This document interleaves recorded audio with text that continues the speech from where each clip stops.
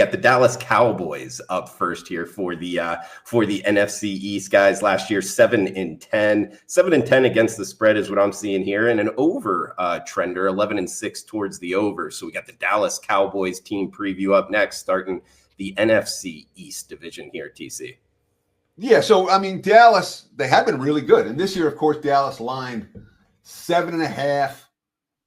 Seeing an 8 out there now. They have taken over money. 7.5 at the open. I'm seeing 8s and 7.5 with juice right now. So Dallas is one team that legitimately from the opener has taken over money. And you can understand why. I mean, when we look at last year in the starting point, all right, they went 7-10 last year and resulted in a coaching change. Bye-bye Mike McCarthy.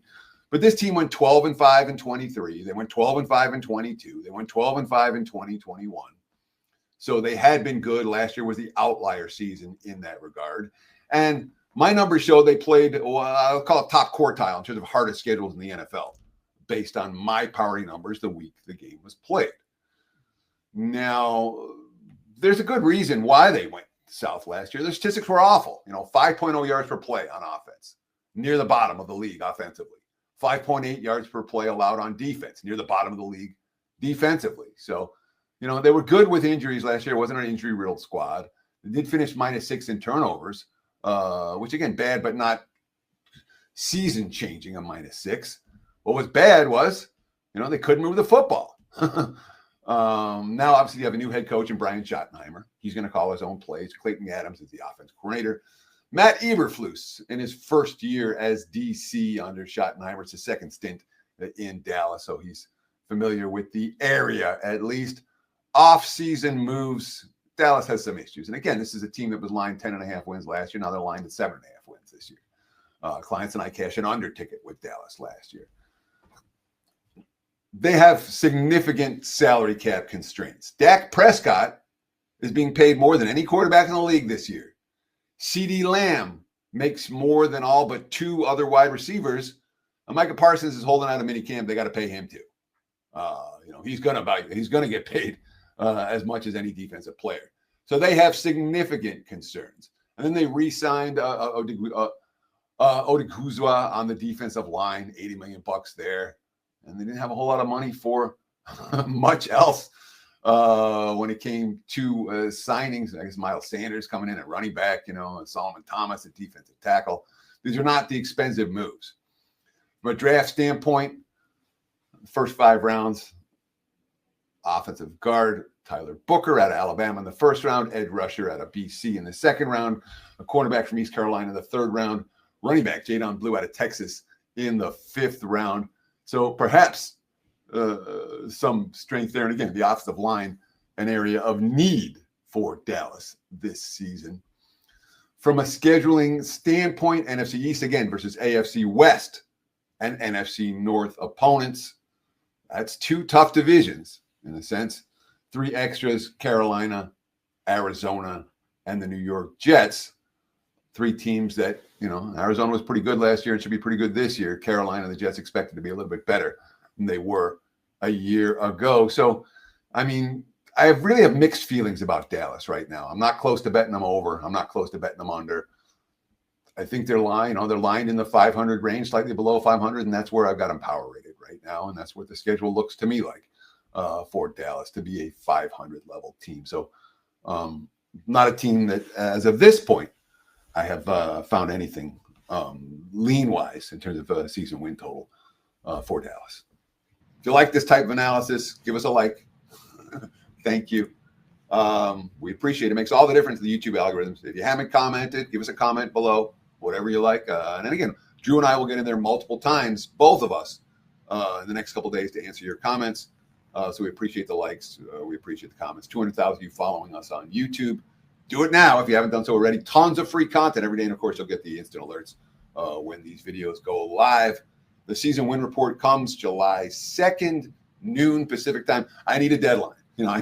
That's why I'm like, we're doing it this day. And then, give me 5-6 weeks out and I can get all my work done for it in plenty of time. So that's my deadline is noon, July 2nd. It's a Wednesday. You can get the report for $199. It gets you every play. But frankly, the best deal is if you get any type of season package, you get the report absolutely free. Just visit my page, wt.buzz/TC.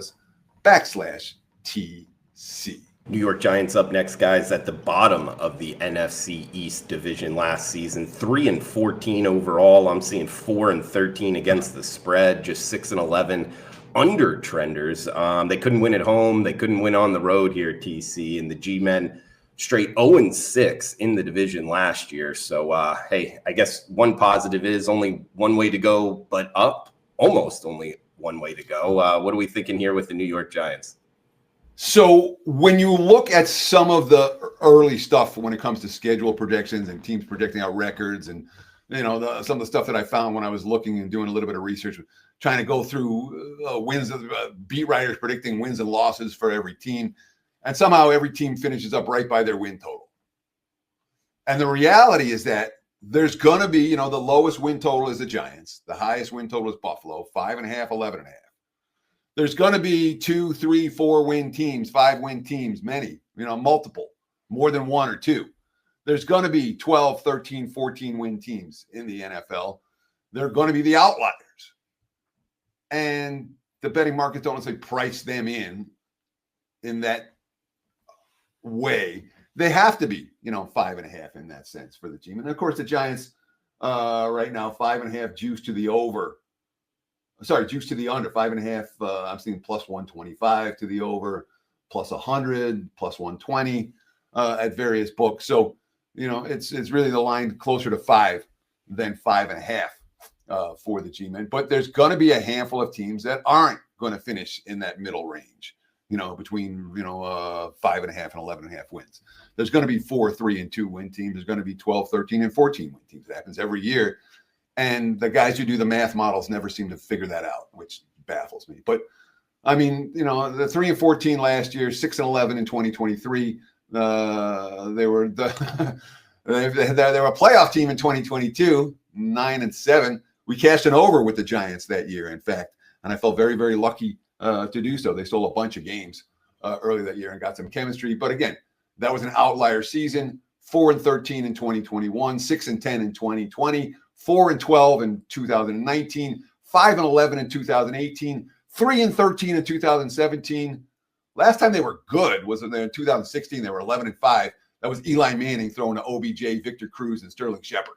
That tells you how long ago that was. All right, Giants have been consistently bad, just like the Jets. New York football has been bottom tier for the better part of the last decade. Brian DeBall comes back for his 4th year as the head coach. We didn't know if he'd be back. He got it. Mike Kafka gets another chance at offensive coordinator, his 4th year. Shane Bowen, his 2nd year as DC. So it's not like they revamped the coaching staff. And I don't blame the coaches for the Giants' failures. Their failures have come from upstairs personnel-wise, much more than coaching-wise. That's being said, last year, -8 in turnovers, one of the 3 most injured teams in football, and 1-7 in one-score games. Those are all problems. Medium strength of schedule for the G-Men last year. When it comes to off-season moves, they re-signed Darius Slayton, bring in Russell Wilson, obviously, is the key guy. Jameis Winston as well comes to the G-Men. They signed Paulson Adebo out of the cornerback as an impact move. Javon Holland comes as well.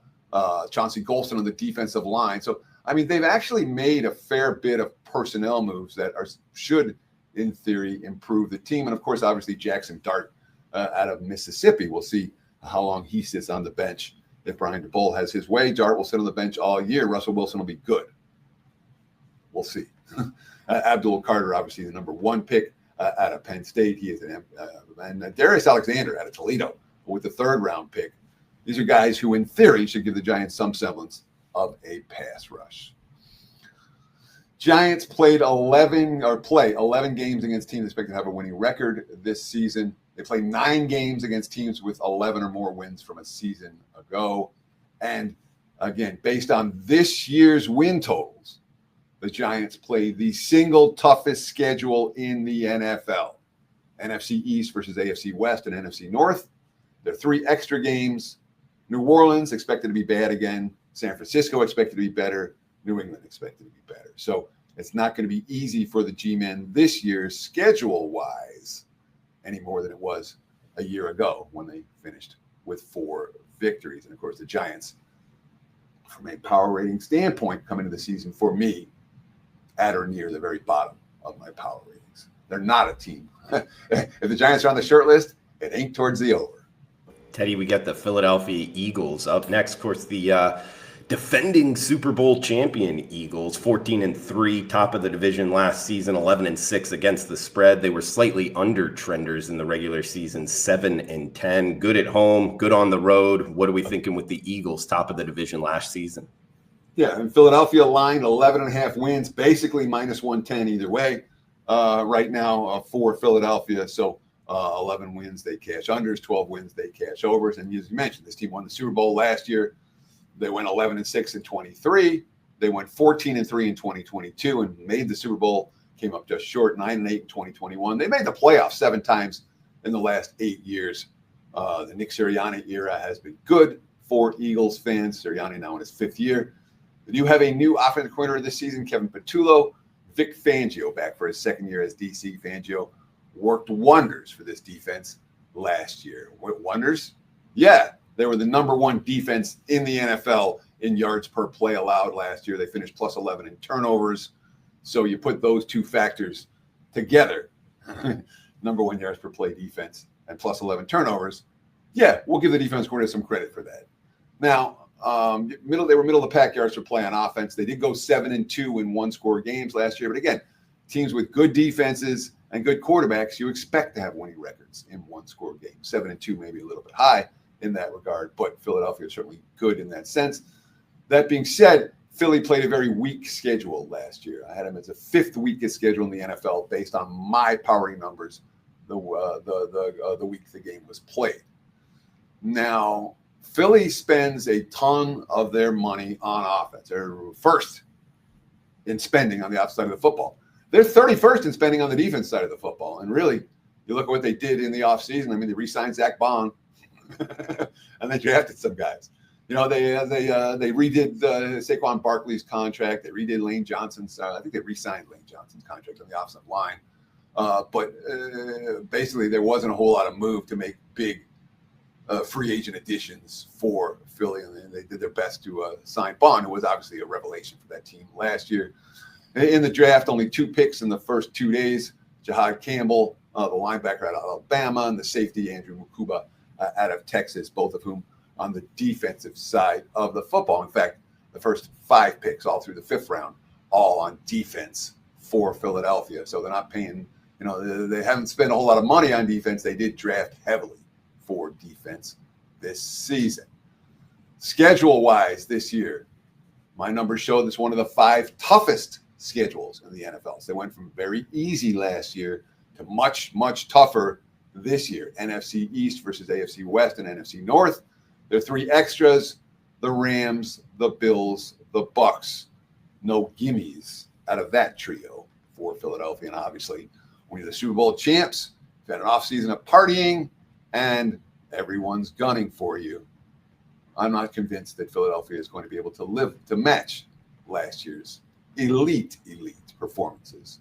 That being said, I don't know if I'm excited about being Philly under, but if the lean here would only be towards Eagles under their win total, not over.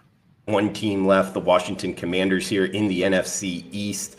Any questions? Fire away in the comments below. We'll answer them on next week's show. Teddy, a question for you here from doing the show with you for many years. I do know, the Super Bowl loser the next season, at least in past years, is kind of you've kind of thrown out there a trend to watch out on betting that team the next season. Is there any trends with the Super Bowl winner, the defending Super Bowl champion? So the Super Bowl loser curse was something that was legit for probably the first 10, 15, maybe even 20 years I've been in Vegas. It has not been nearly as good in recent years. That being said, Kansas City, having been there in every recent season, I worry about the Chiefs this year. I legitimately do.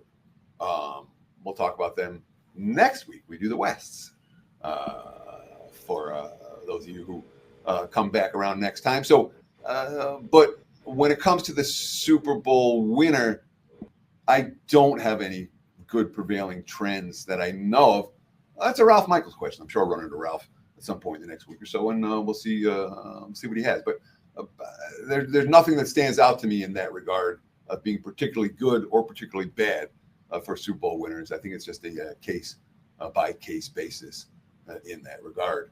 And being that this is our last team, let me promo again for just 1 minute. If you like this type of analysis, give us a like. Thank you. We appreciate it. It makes all the difference in the YouTube algorithms. If you haven't commented, give us a comment below, whatever you like. And then again, Drew and I will get in there multiple times, both of us, in the next couple of days to answer your comments. So we appreciate the likes. We appreciate the comments. 200,000 of you following us on YouTube. Do it now if you haven't done so already. Tons of free content every day. And, of course, you'll get the instant alerts when these videos go live. The season win report comes July 2nd, noon Pacific time. I need a deadline. That's why I'm like, yeah, we're doing it this day. And then, give me 5-6 weeks out and I can get all my work done for it in plenty of time. So that's my deadline is noon, July 2nd. It's a Wednesday. You can get the report for $199. We get you every play. But frankly, the best deal is if you get any type of season package, you get the report absolutely free. Just visit my page, wt.buzz/TC. All right, we're done taking care of business. You want to talk about Washington? Introduce Washington. He's Teddy Covers. I'm Drew Martin. NFL opening line report previews here, getting you ready for the upcoming season, division by division. We got the West coming up next week, guys. And, of course, during the regular season, 8 a.m. Pacific, 11 a.m. Eastern, new time, going a little bit earlier this season. So mark your calendars throughout the season, hitting those opening lines. All right, TC, last team for the show. We got the Washington Commanders, 12-5 last year overall. Seen 11-6 against the spread. Over trenders, 11-6 as well. They finished second place in the NFC East, did make the playoffs. So what are we thinking here for the Washington Commanders coming up in 2025? Washington line 9.5 wins, a little bit of juice to the over, -120, -125. And you look at some of the offseason moves, you say, boy, there's some teams trying to win now. Those tend to be teams, hey, the arrow's pointed upward for Washington. Obviously, when you have the quarterback, when you have an elite quarterback on a rookie deal, you have money to make moves, and Washington made a bunch of moves this offseason. We have a head coach that we like in Dan Quinn, offense coordinator Cliff Kingsbury, defense coordinator Joe Witt. They're all back second season on the job.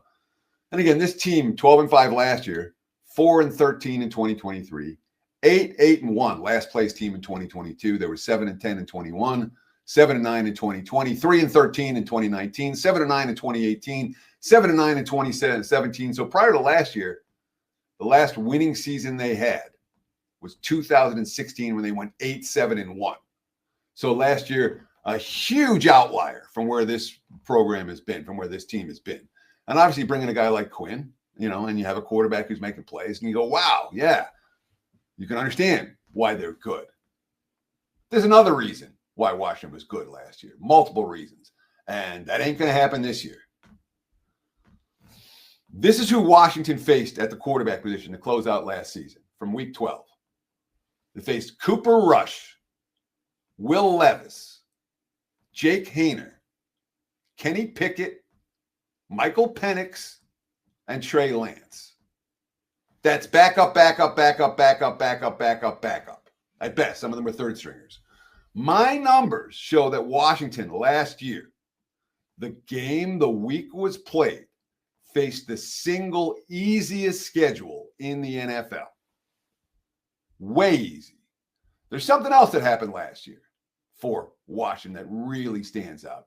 And again, they were better than average regarding injuries last year. They didn't have many injuries. Nothing doing versus turnovers. There was nothing, +1. There was nothing doing in one-score games. They were top 10 in yards per play offensively. They were bottom 10 in yards per play defensively, but nothing really stands out in that regard. The one stat that stands out like a sore thumb, fourth down conversion rate. Last year, Washington went for 23 fourth downs, which is a lot. They converted 20 of those. Okay. 20 of 23 on fourth downs, 87%. Now we look at since 2000, all right, only two teams in the last 2.5 decades have had a better conversion rate the 2016 Cowboys, 2018 Chargers, and they had far fewer attempts, 9 and 10. All right. Based on the number of fourth down conversions and the drives where they were converted, Washington basically had the best fourth down conversion rate in NFL history, the most impactful NFL fourth down conversion rate in history. And again, we cannot expect that to happen 2 years in a row. They were unbelievable facing very weak opponents or opponents with backup QBs and converting on every fourth down try. It made a huge difference in their season. Now, they traded for Deebo Samuel. They traded for Laramie Tunsil, who's interesting that the Texans are willing to let him go, which is worth noting, just like Miami was willing to let him go, which you don't do with franchise left tackles. The Javon Kinlaw, defensive tackle, a win now move. These are veteran guys who Washington's saying, we're going for it. Of course, this was a roster that was fairly depleted.